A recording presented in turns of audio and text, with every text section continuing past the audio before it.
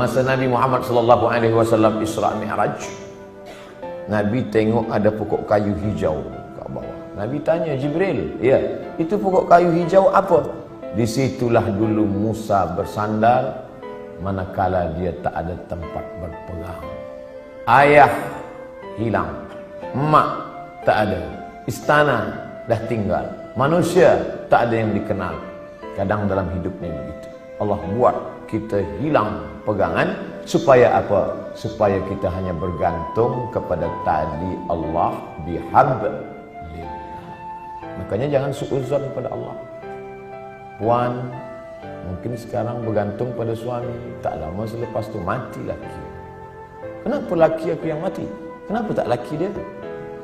Aku sembahyang, aku baca Quran, aku baca Yasin, aku ikut tazkirah. Husnuzon pada Allah. Inna husni zanni abdi bi. Aku menurut prasangka hamba kepada aku. Mungkin Allah ingin supaya kita hanya bergantung kepada Allah semata. La haula wala quwata illa billah. Makanya perempuan yang tabah dia tak menangis. Mati laki dia tak ada nangis. Awak tak menangis? Tak, saya bergantung kepada Allah. Kenapa tak menangis? Memang saya lama dah tunggu. Sebab laki itu tak elok, jahat, tak sembahyang. Oleh sebab itu maka kita husnuzan pada Allah. Anak ada, bini ada, unta ada, kebun ada, berpegang kepada makhluk. Allah uji, Allah matikan anak, dia tetap berpegang. Allah buat unta lembu mati, kambing mati, tetap. Allah buat pula kebun-kebun yang hijau menguning, layu, mati, kering, tetap juga. Tinggal seorang saja yang tempat dia bersama, rahmah.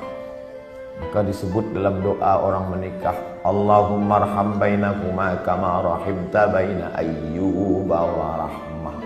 Ya Allah, buatlah mereka berdua berkasih sayang sebagaimana berkasih sayangnya Ayyub dan Siti Rahmah. Rahmah setia. Harta tak ada, anak mati, kambing mati, tanaman kering, tetap cinta kepada Ayyub. Sampai masa ujian, di bawah ujian, jatuh serendah-rendahnya dari kaya raya, hilang semuanya, datang penyakit kulit berulat daging, tetap juga. Namun meminta kepada Allah tidak, malu dia. Ayub tak ada minta pada Allah, ya Allah, dulu aku elok, rezeki banyak, ini kenapa anak mati, tanaman mati, kering, onta mati, datang pula penyakit kulit, salah aku apa? Tak ada. Ayub marah kepada Allah. Sampai akhirnya Rahmah tak tahan. Apa kata isteri Ayub? Berdoalah pada Allah, Ayub. Mengadulah pada Allah. Apa kata Ayub?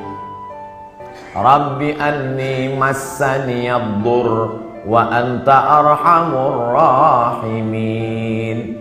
Rabbi, ya Allah, anni, sesungguhnya aku, massani ad-dur, terkena penyakit, wa anta arhamur rahimin, engkau maha sayang di antara yang penyayang. Tak ada dia mengadu, dia tak ada minta, dia hanya bercakap saja, ya Allah, aku kena penyakit. Tak ada dia minta, ya Allah, sehatkanlah aku dah tak tahan lagi dah. Dia hanya berkata, aku kena penyakit dan engkau maha sayang di antara yang sayang.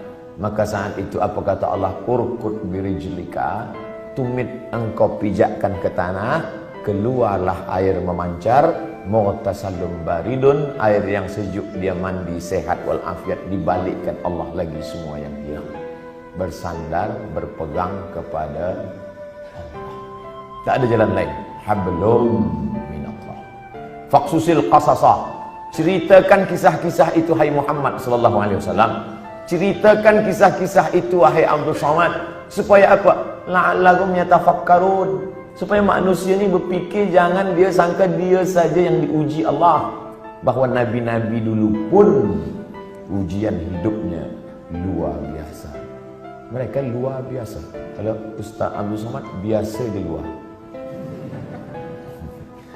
Di Sumatera, di Kalimantan, di Sulawesi, di Papua, saya bagi tazkirah di luar. Orang dalam masjid, saya di luar. Di Padang, di Malaysia, alhamdulillah di dalam. berpegang kepada Allah Subhanahu wa taala. Datang risau susah hati, kemana risau hati nak dialamatkan? Ambil air sembahyang, menghadap kepada Allah, angkat dua tangan, Allahu Akbar. Kadang ada orang ini dia nampak kita tenang, macam tak ada masalah dalam hidup, tapi dia tak sembahyang, dia tak baca Quran, dia tak berzikir. Kenapa dia tenang? Rupa dadah. Patutlah tenang, nak gila dah. Tidak ada jalan lain. Sebenarnya orang yang minum khamar tu yang nak dia cari apa? Ketenangan. Orang yang pakai dadah tu sebenarnya yang dia cari apa? Ketenangan. Orang yang makan itu ini sebenarnya ketenangan. Maka ketenangan semua ini palsu. Ketenangan ini tidak ada yang betul. Saya sampai office pukul 7. Biasa office cepat hari itu saya sampai. Ada seorang kaki tangan, Ustaz Somad cepat sampai. Ya. Ada yang saya nak tanya pada Ustaz. Sebenarnya lama saya dah nak tanya, cuma malu di majlis. Ini kita tak ada orang lain, saya nak tanya. Apa? Saya kalau dengar lagu dangdut tenang hati saya. Kata saya, ini tak betul. Ketenangan yang betul adalah tenang masa berzikir, tenang masa berselawat. Kadang kita ni jaga pagi tidur, sempit rasa hidup, tak tahu entah apa yang menyusahkan hati, maka lapangkan. Orang lain dia kata, bila anda nak tenang, pejamkan mata, tarik nafas, tarik, tahan. Kita tak diajarkan macam tu. Kita diajarkan hadapi hidup ini, serahkan pada Allah Subhanahu wa taala, berzikirlah. Apa zikir? Kata ustaz ini banyak-banyak berselawat. Bila engkau susah hati, banyak-banyak berselawat. Allahumma salli ala sayyidina Muhammad wa ala ali Muhammad. Allahumma salli ala sayyidina Muhammad wa ala ali Muhammad. Allahumma salli ala sayyidina Muhammad. Kata ustaz ini pula, banyak-banyak berzikir, afdhalul zikri fa'lam annahu la ilaha illallah. Kata ustaz ini pula, yang paling elok tu tasbih, subhanallah bihamdihi, subhanallahil azim, subhanallah. Jadi awak amalkan yang mana? Itulah ustaz. Sampai hari ini satu pun saya tak amalkan. Habib ini cakap banyak selawat, ustaz ni cakap banyak zikir tahlil. Ustaz, pilihlah. La ilaha illallah 1000 elok, selawat 1000 elok, istighfar 1000 elok. Malulah mana-mana nak bawa tasbih. Tak usah pakai tasbih, pakai tangan. Subhanallah, Allahumma salli ala sayyidina.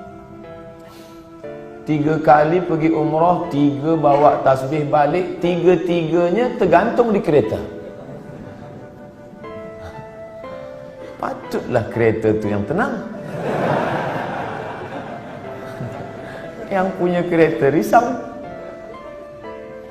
Kita berzikir supaya Allah turunkan ketenangan. Letak tenang tu di mana? Di hati. Yang punya hati ni siapa? Allah. Yang menurunkan ketenangan dalam hati siapa? Wallazi anzalas sakinata. Allah yang menurunkan ketenangan fi qulubil mu'minin, ke dalam hati orang yang beriman.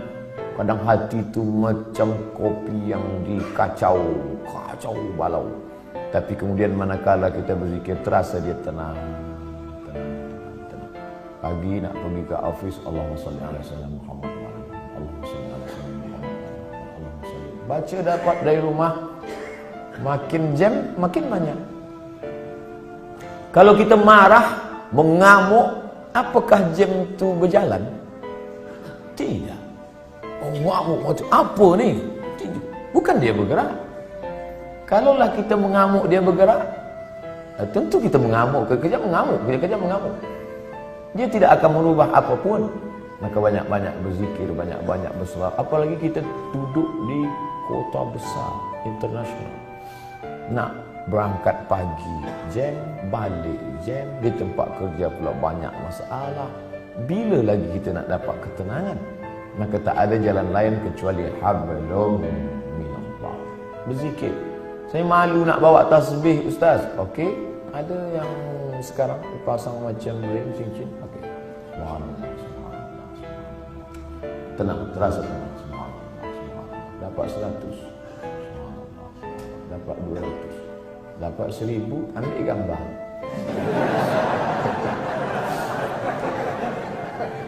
Langsung upload. Alhamdulillah dah 1000 pagi ni. Bukan itu. Kita ni beramal bukan nak tunjuk pada orang. Kita beramal untuk kita dengan Allah. Itulah yang disebut dengan hablum minallah. Merasa sunyi di tengah keramaian. Ini ramai, banyak orang, tapi kita merasa sunyi sebab kita berdua sahaja dengan Allah. Manakala kita sendiri, sunyi. Dalam kereta sunyi, tak ada orang, tapi kita pun merasa ramai. Saya Ustaz, walaupun saya balik dari office sendiri, seorang saja, tapi saya merasa ramai. Dengan siapa? Ada Michael Jackson, ada Bryan Adams. Bukan dengan dia, tapi kita bersama dengan Allah. Hablum minallah. Kira-kira orang-orang soleh itu apakah tak ada takut dalam hatinya? Sahabat-sahabat Nabi itu apakah tak ada risau dalam hati dia? Abu Bakar Siddiq bukan tangguh, dekat dengan Nabi SAW, berdua. Orang pertama masuk Islam lelaki Abu Bakar, perempuan Khadijah, budak kecil Sayyidina Ali, hamba sahaya.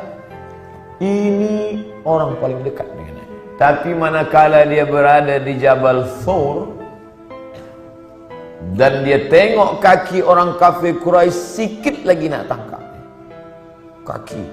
kaki dah nampak.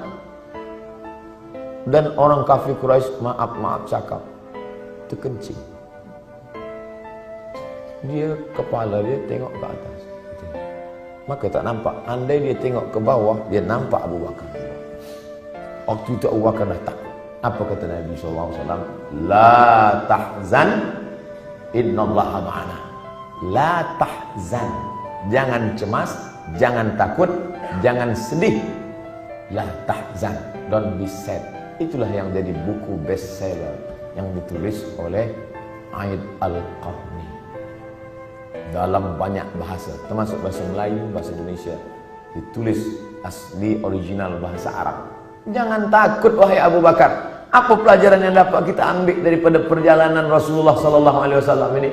Bahwa orang selevel Abu Bakar pun yang dijamin masuk surga, tetap dalam hatinya ada rasa takut, ada rasa cemas, ada rasa sedih, ada susah. Jadi kalau ada orang, aku selepas banyak berzikir ni memang tak ada takut lah. Awak tak usahlah dusta. Abu Bakar pun takut, apalagi awak abu-abu. Ustaz Somad ada rasa takut? Ada. Kenapa kita hilangkan itu dengan banyak berzikir, mengusir, menghalau dia dari hati kita? Inilah yang disebut dengan hablum minallah. Innallaha ma'ana. Abu Bakar jangan takut. Idhuma fil ghari, huma, mereka berdua, idhuma fil ghari, ketika mereka berdua berada di dalam gua, idh yaqulu li sahibihi, ketika ia berkata kepada sahabatnya, la tahzan, jangan takut, jangan khawatir, jangan cemas, jangan ngeri. Innallaha ma'ana, Allah bersama dengan kita. Itu juga yang terjadi pada Musa alaihissalam. Ketika Fir'aun mengejar dari belakang, di hadapan mereka Laut Merah. Maju ke hadapan, mati tenggelam Laut Merah. Balik ke belakang, akan ditangkap oleh Fir'aun beserta bala tenteranya. Kemana nak pergi? Apa kata orang Bani Israel? Inna lamudrakun. Musa, sekali ini kita memang mati Musa. Tengoklah ke belakang. Tengok belakang Musa. Itu Fir'aun dah nak tangkap kita. Di hadapan kita pula Laut Merah. Inna lamudrakun. Kita akan ditangkap. Apa kata Musa? Kalla. Tidak. Inna ma'iyya Rabbi. Bersamaku ada Allah. Beza jawaban Musa dengan Muhammad SAW. Coba kita tengok bunyi. Kalau Muhammad SAW, innallaha ma'ana, Allah bersama kita. Kita ramai. Kalau Musa ada, inna ma'iya rabbi, bersamaku, aku saja, kamu tidak. Kenapa beza cakap Musa dengan cakap Muhammad SAW?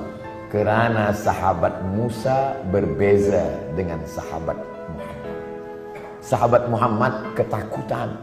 Orang yang ketakutan, kita bagi dia semangat. Jangan takut, Allah bersama kita. Sedangkan sahabat Musa, mereka menakut-nakutkan saja. Musa nampaknya tertangkaplah kita ni. Kira-kira sahabat Tuhan selama ni sahabat Musa ke sahabat Muhammad? Bila kawan kita itu ketakutan, pakai jawaban Muhammad SAW. Aku ni takut Ustaz. Macam mana nanti bila aku ditangkap, dibunuh? Kal la tahzan, jangan takut. Innallaha ma'ana, Allah bersama kita. Tapi bila ada yang takut-takutkan saya, Ustaz, nanti Ustaz akan ditangkap, Ustaz akan dibunuh, Ustaz akan diculik, kalla, sekali-kali tidak. Inna ma'iya rabbi sayahdin, bersamaku ada Allah, bersama kamu tidak. Jangan lupa subscribe, like, and share.